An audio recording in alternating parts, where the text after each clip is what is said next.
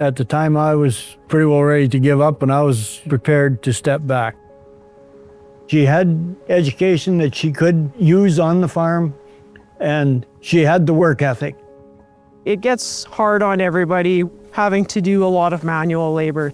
And with Dad, that was a lot of what I was trying to change and cut down on. If we can keep the place going right the way it is, I'm be quite happy doing it. You know, I'm not going to be around for another 75 years, but you know, if I can look after it for the next 25 or 30 or longer, that would be fantastic. The backbone of Canada's agricultural industry isn't just the land or the crops.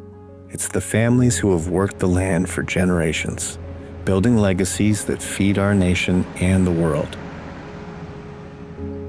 But here lies the challenge. How do you pass down not only acres and assets, but also values, knowledge, and sustainable business practices? Welcome to Family Farm Business Succession, where economics converge with emotion and where today's decisions determine tomorrow's agricultural landscape. Today, we'll explore how next-generation leaders build trust and develop essential skills within family enterprises. You'll discover how families create business plans that honor the past while embracing the future by adequately dividing labor, management, and ownership during transitions. For the Shea family, their family succession plan is about trust, shared vision, and a delicate balance: people, planet, and profit. Together, they determine if the farm thrives generations from now or falters with time.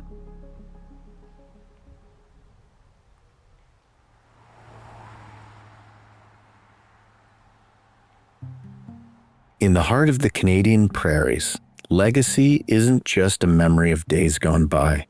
For many, it's lived. For Jolene's family, this land has been both a part of their heritage and an invitation to explore a way of life. I'm Jolene Shea. I'm owner and operator of Shady Farms Limited, alongside my parents, Ron and Marilyn. Well, my grandparents came here in 1950. Grandpa worked for the previous owner of this property. They lived here for about 10 or 12 years and then bought the land. We started with just a section of land here and a few cows, a few pigs, chickens. Most of the focus was on grain production. They worked along here until Dad joined in the early 70s after he was back from university, and then he ended up buying the land. I guess I've been pretty well here ever since. The ranch her grandparents built gave Jolene more than a legacy. It gave her a head start. She's taking the principles that worked for generations and adapting them, finding new ways to stay profitable and new ways to compete. After Dad moved off in '78, the cow herd started to expand quite a bit. At one time, I had about 1,700 acres of broke land. It's down now to about 500 because of the drought. The rest of the acres, about 2,800, is all in grass production. The cow herd, we're down to about right around the 200 head. With rising operational costs, climate volatility, and the strain of physical labor, the challenges of running the farm were mounting for Ron Shea, Jolene's aging father. The farm and my age were running into a problem where I couldn't handle it. Jolene arrived back to work again on the farm after 16 years in the grain business. She had obtained a degree and specialty courses in agricultural business, all paired with her decades of working on the family ranch. She brought with her frontline insight, knowledge, and financial literacy, all key ingredients to a strong succession plan. Mom and Dad and I formed the corporation in 2016. The first goal was to set up for transition or succession planning. I went in and talked to the bank. She said, yeah, we can sell the land, she can buy it. The payments are going to be very hard to make. I felt it was going to be too much. I says, no, that's not an option. After meeting with a succession planner, he suggested forming a company and everybody becoming shareholders. As long as she was doing it, I was happy. I also made her kind of promise to me that she couldn't kick me off the place when I show up.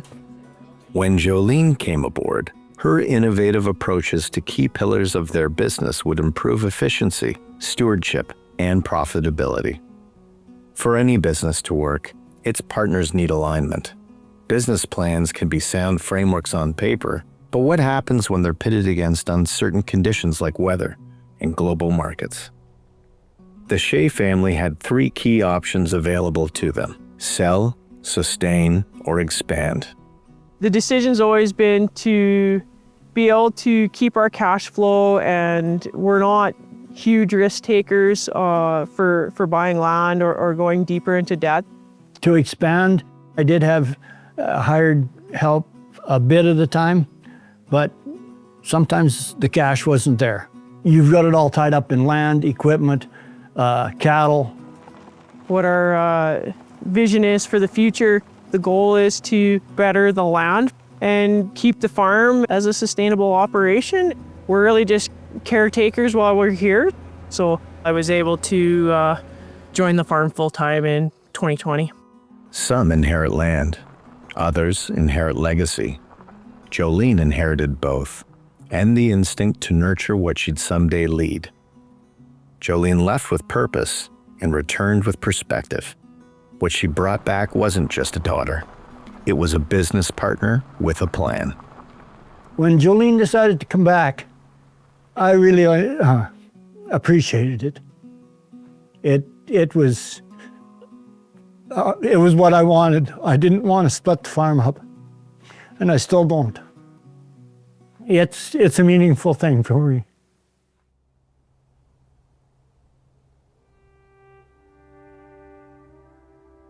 It was a great opportunity to grow up on the farm.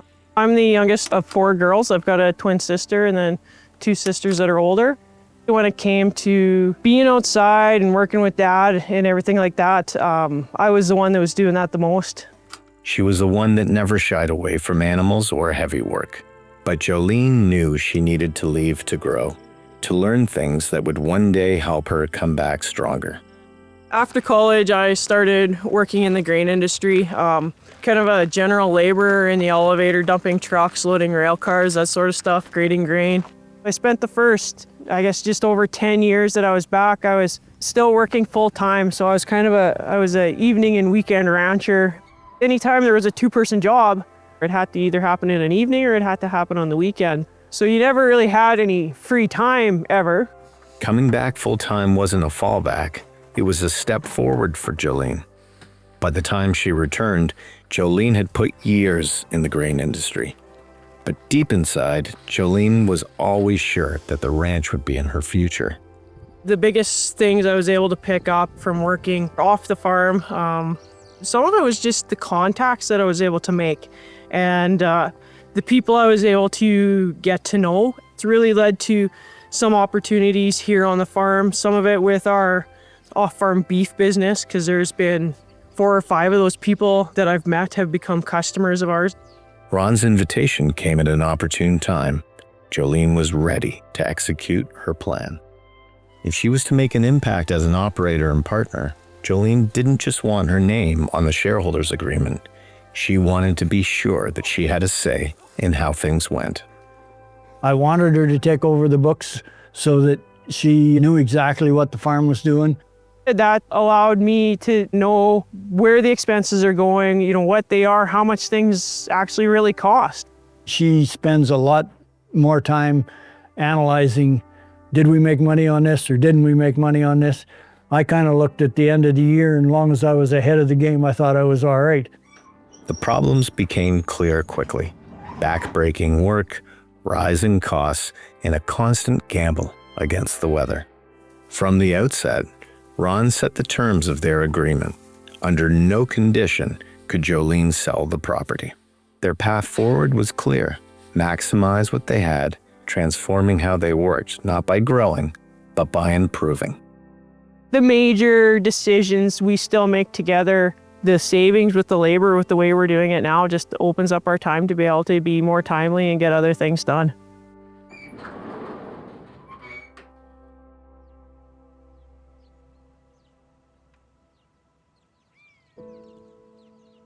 Their core enterprise is beef, but several additional opportunities for efficiencies stood out within the operation, particularly feed crop management and extending the grazing season.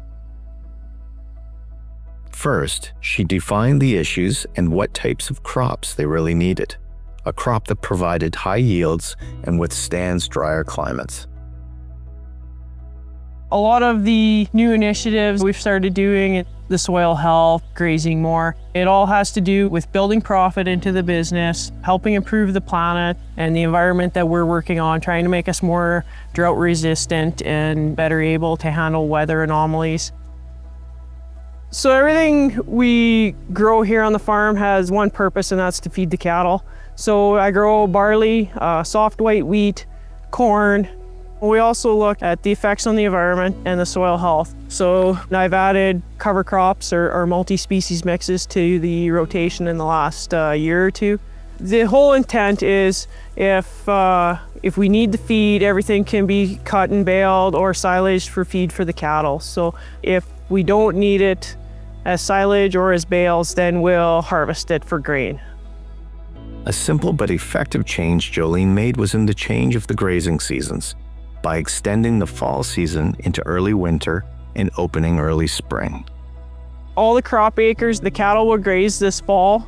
They'll spend a month or more on some of that land and eating that growth, and then they spend all winter on the home half, with the manure and the urine, putting that right back into the soil. Anything I can do to help facilitate plant growth is a goal. Change doesn't wait for permission. What disrupts the industry one season becomes standard practice the next. The question isn't whether change is coming, it's whether you're ready when it arrives. Their survival depends on finding the right balance between tradition and innovation, between heritage and hope. Succession is never easy, but when done with care, it ensures that tomorrow's farms are stronger than today's. Because true success in agriculture isn't measured only in yields or profits, but in the strength of the families, the health of the land, and the legacy carried forward. Oh, Fred's gonna go chase him. We're after the antelope He's right after now. the antelope, Soren. We've got some land. It works good for pasture. It's coulee hills. You cannot farm it. There's a lot of rock on it. So it's good for cattle and only cattle. Well, we've even got neighbors that have lived in the area their entire life, and they didn't even realize what it was like down there. It's unlike any of our other landscape that we have down here. The rolling hills, and there's a winding creek through the bottom. It's all native prairie, never been tilled. So it's really special to have the opportunity to look after land like this. It's also nice to have that backup, especially with the drought the last few years. We've been able to use this. We've had pastures that we've had to bring home early just due to lack of grass or water issues in them. So there have been times that we've had animals come in here in the middle of August, and it's nice because it's we know we've got good water and we know we've got lots of grass. It's kind of a hidden gem for us. To me, it's the most scenic place around. I just love it. It's just a place where you can go and sit, look over the hills.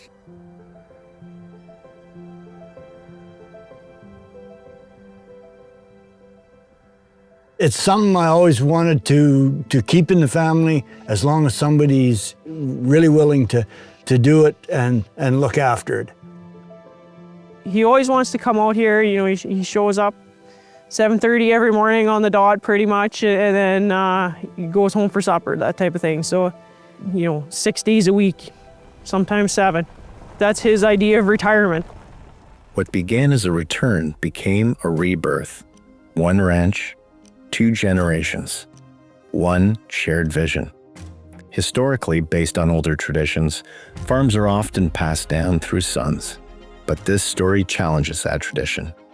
Here, a daughter and her father learn to share not just work, but the vision. It's a partnership defined by grit, trust, and willingness to grow.